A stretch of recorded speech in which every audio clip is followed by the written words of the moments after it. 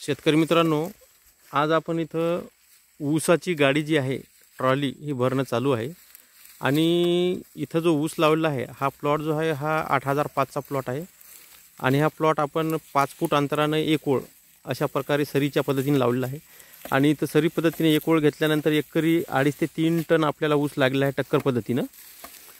आणि त्यानंतर आज साधारणतः ऑक्टोबर 30ची आपली जी तोड होती ती आज आपल्याला आपल्या तोडीची तारीख मिळाली आहे आणि ही तारीख मिळाल्यानंतर आज आपण तोड करणं चालू केलं आहे। 2 ओळीतलं अंतर जे आहे तर ते अंतर जे आहे तर आपल्याला 5 फुटाचं घेतलेलं आहे। टक्कर पद्धतीने आपण इथं लागवड केली आहे आणि खताचे डोस हे 4 वेळ झालेले आहेत आणि प्रत्येक डोसमध्ये आपण आलटून पालटून खताचे डोस दिले आहेत। त्यामध्ये 10-26-26, 20-20-13 DAP, त्याच्यानंतर 24-24-0, 14-35-14 आणि सोबत सल्फर 10 किलो, मायक्रोन्यूटन्स 10 किलो, वर्टाको किंवा फर्टेरा अशा प्रकारे आपण इथं खताचे डोस दिलेले आहेत।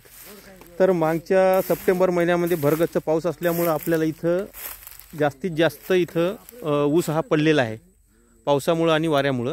तर अशा प्रकारे हे जे वर जो 2 व्यक्ती आहेत हे जे मोळी आणत आहेत त्या मोळीमधले जे जास्त लांब जे दांडे असतात ऊसाचे किंवा वर आलेले किंवा वाकडे असतात तर त्यांचा तोडून ते तुकडे पाडून त्या सामटीमध्ये त्याला बसवावं लागते जेणेकरून गाडीचा जे पेंड्या आहेत ते घसरू नये आणि चांगल्या प्रकारे एकमेकात फिट बसाव्या अशा प्रकारे इथं नियोजन करत आहेत।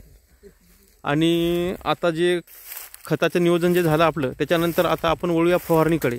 तर फवारणीमध्ये आपण साधारणतः दर 25 दिवसांनी कोराजन साधारणतः 7 मिली 15 लिटर पाण्यामध्ये आणि त्याच्यासोबत बुरशीनाशक M45 असं आलटून पालटून आपण इथं फवारे दिलेले आहेत साधारणतः 3 महिने, म्हणजे साधारण 4 फवारे आपल्या इथं झालेले आहेत।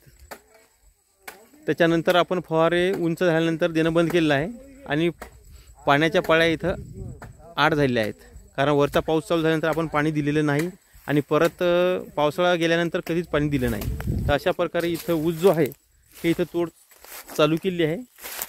पडलेला ऊस असल्यामुळं जास्त आपल्याला इथं तुकडे करावे लागत आहेत।